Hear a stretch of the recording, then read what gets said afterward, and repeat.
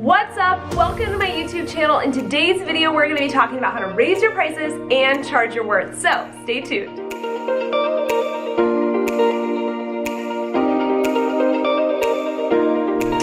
What's up? Welcome to this video. My name is Jamie Dana and I help more hairstylists grow their businesses. And I'm really excited to be talking about this particular topic of raising your prices and charging your worth because I think it's something that freaks us out as hairstylists. Now, when I said raising your prices, you probably started to get a little fearful, maybe a little bit of sweaty started to happen because it's freaking scary. Raising your prices is one of those things that we don't do often enough because we're so afraid of it.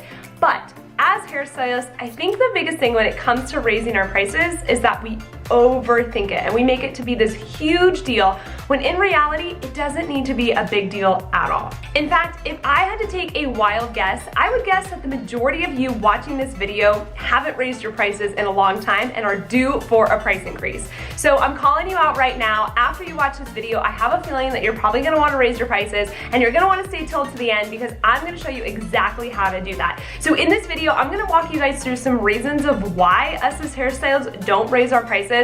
I'm going to be talking about why you should raise your prices, and I'm going to show you exactly how to do it and how I've successfully raised my prices in the last couple of years. So first, let's talk about why we as hairstylists don't actually raise our prices. Well, I said it in the very beginning of this video, I think it comes down to fear. And fear that we are scared to do it. We're scared to have that awkward conversation with our clients. We're scared to tell our clients. We're just scared to maybe even believe in ourselves that you could charge more. Maybe you're scared to feel bad. You're scared to tell that client that you've been doing for, the last 20 years or since you started your career, they've been coming to you and you don't want to raise your prices on them because you feel bad and they've always supported you and all that stuff and you don't want to raise your prices. I think that a lot of these things all come down to our worth of ourselves. And if we actually believed in our value and our worth of what we bring to the table, then we wouldn't have this fear around raising prices. Now, yeah, of course, you're gonna have to talk to your clients about raising your prices. You're gonna have to have that awkward conversation, but I'm gonna give you guys some tips and tricks on how to make it less awkward and how for you to go into it with a much more confidence and to actually believe in your worth and value as a stylist. So let's talk about why you should raise your prices. If you're watching this video, chances are, like I said, you probably need to raise your prices. That's why you're watching this video, to get some advice, to maybe help get a little bit more confidence into actually putting that into place and actually raising your prices. So first, why you should raise your prices. Now, here's the thing. If you haven't raised your prices in the last couple years, maybe even the last couple months, chances are you need to raise them. Here's the thing. Just like with inflation, prices have gone up for everything, such as milk, gas, houses, things go up. The cost of living goes up. So if you haven't raised your prices in the last couple years, that is one of the main reasons why you should just raise your prices just based off inflation. But here's two other reasons of why you should raise your prices in the next month starting now. So number one, services are way more complicated and way more complex than they ever used to be back in the day. You guys, clients' expectations are completely different than it was 5, 6, even 10 years ago. Clients used to come in with a clipping from a magazine and they would say, I want highlights, or I just want an all over brown color. It wasn't as complicated as it is now. Nowadays, clients are bringing in these Pinterest-worthy transformations and they're wanting it done in a couple different hours or a couple, different things. They want these color corrections that aren't just highlights or root touch-ups anymore. They're not even sometimes just balayages. They're full-on color corrections, hair transformations. So clients' expectations are way different than they ever used to be back in the day. So if you're charging for things like highlights and just root touch-ups or even just basic balayage services, chances are you're not charging enough for what clients want nowadays. So like I said, services have completely transformed. Now, you might be doing a full highlight, but it might be full set of baby lights instead of just a highlight. Or you might be doing a full highlight with a base bump or full highlight with a root shadow. or a full balayage ombre color transformation, or full foliage, not just a balayage anymore. So when you used to charge maybe $150 for a balayage and it would take you, 45 minutes to apply or an hour to apply, now clients are wanting a full foliage transformation that takes 1 to 2 hours to apply and over 4 hours to complete. You can't charge the same as what you charged back in the day. Even a couple years ago, things have drastically changed. And like I said, clients are bringing in these Pinterest photos, these photos off of Instagram, and they want these amazing transformations, and they want it done typically within that first day, but you have to add on more time to the service, you have to add on more product to the service, and ultimately, you have to add on more expertise. Those transformations are taking you way more time. You had to go to classes to learn how to do that. You probably watched some YouTube videos. You spent not just time, but money to learn how to invest in your career and learn how to do all of these services. You also probably practiced them. You've done lots of different clients, and you can show that you are worthy of charging more. A lot of these services also go into multiple steps. So instead of, like I said, just a full highlight, you rinse them out, you would blow dry them. Now we've got a full highlight, we do a root shadow, we do a toner, maybe a second toner, or maybe we do a root shadow, a mid toner, and an ends toner. That's now 3 different products, when before it was just literally a highlight, some purple shampoo, and out the door. Now we're doing 3 different toners. We're adding a lot more color into the process. So things are taking multiple steps. Sometimes you used to do just a balayage, but now we're doing foils around the face and a balayage, and we're tipping out the end. So things are taking a lot longer of a process, and we need to charge accordingly. So like I said, back in the day, services were pretty cut and dry. A highlight took maybe 2 hours, 2.5 hours, and they were in and out the door. Now a full highlight can take anywhere from 3, 4, sometimes 5 hours, and so we need to charge accordingly. A highlight back then is not a highlight the same way that it is today. So I would recommend breaking up your services into different categories. Maybe that means you have to add, baby lights, full highlight, just regular highlights, and you need to explain to your clients in the consultation process what each process is, how much that's going to charge.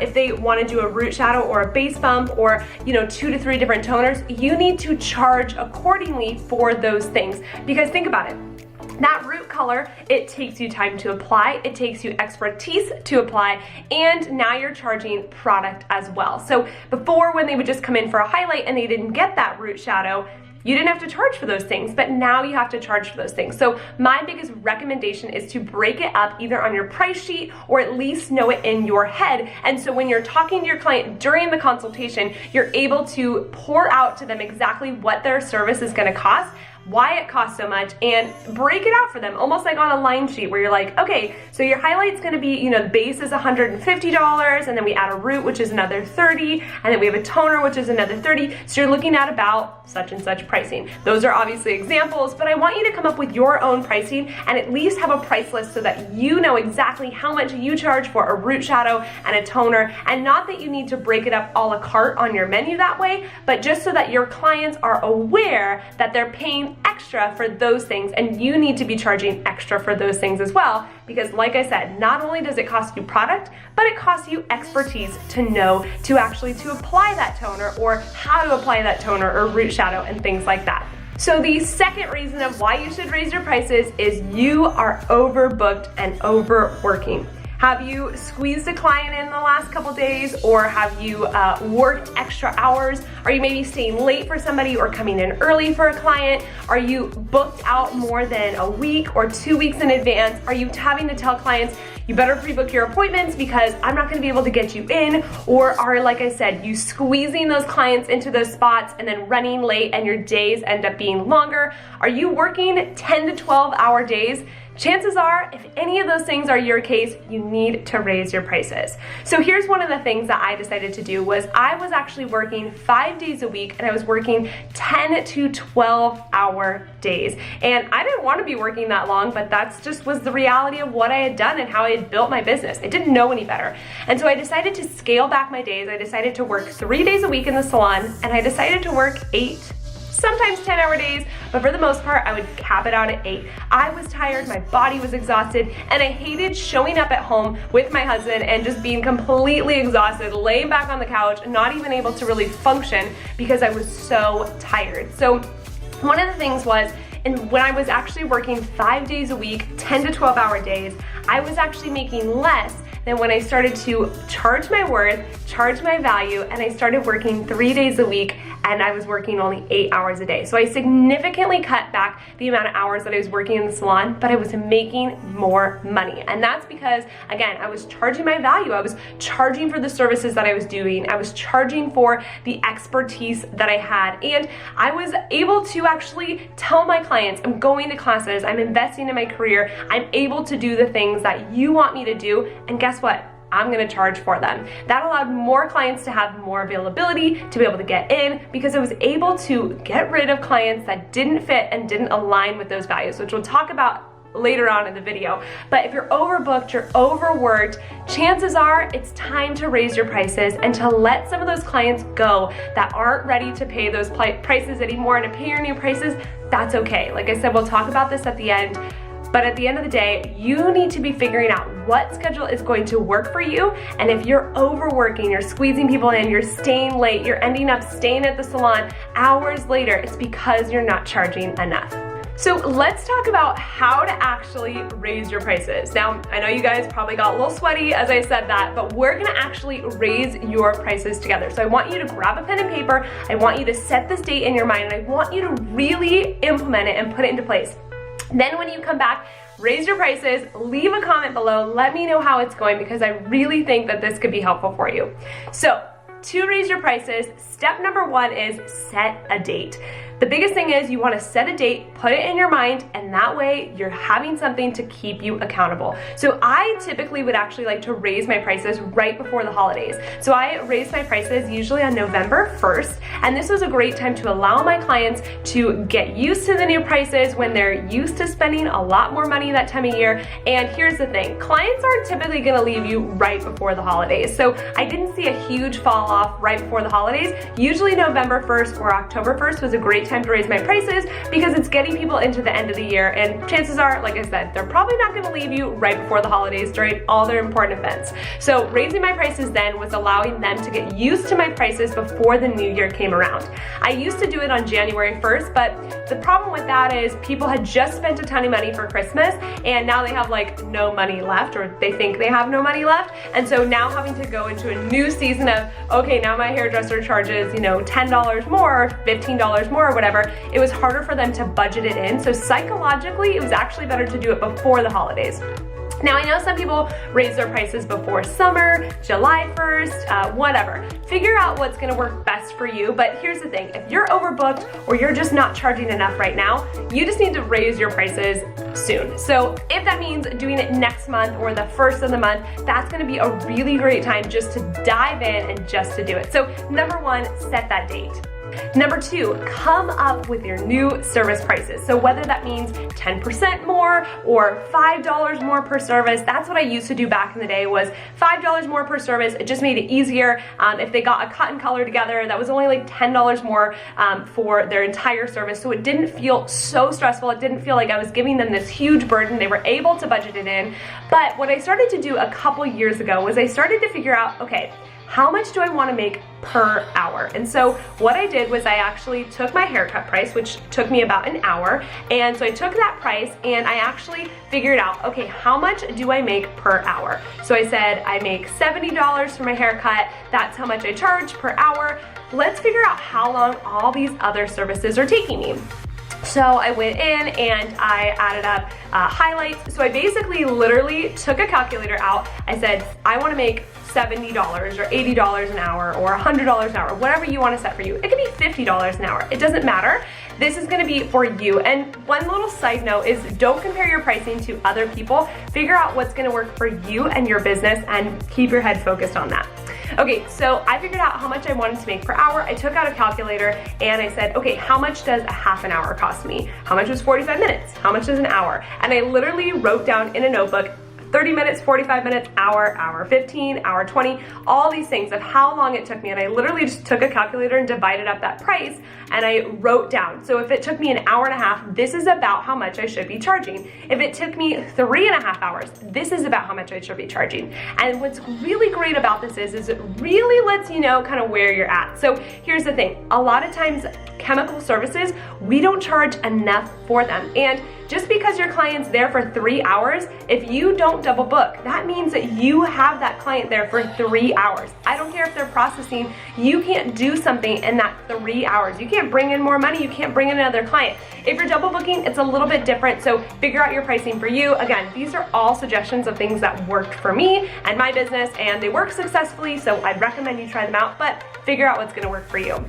Then I would figure out my pricing based off the hour, and it really helped me figure out of, wow, haircuts I'm making a decent amount per hour, but root touch-ups I was significantly undercharging. Plus you gotta think, add on the price of product on top of that. So root touch-ups really helped me figure out that I wasn't charging enough.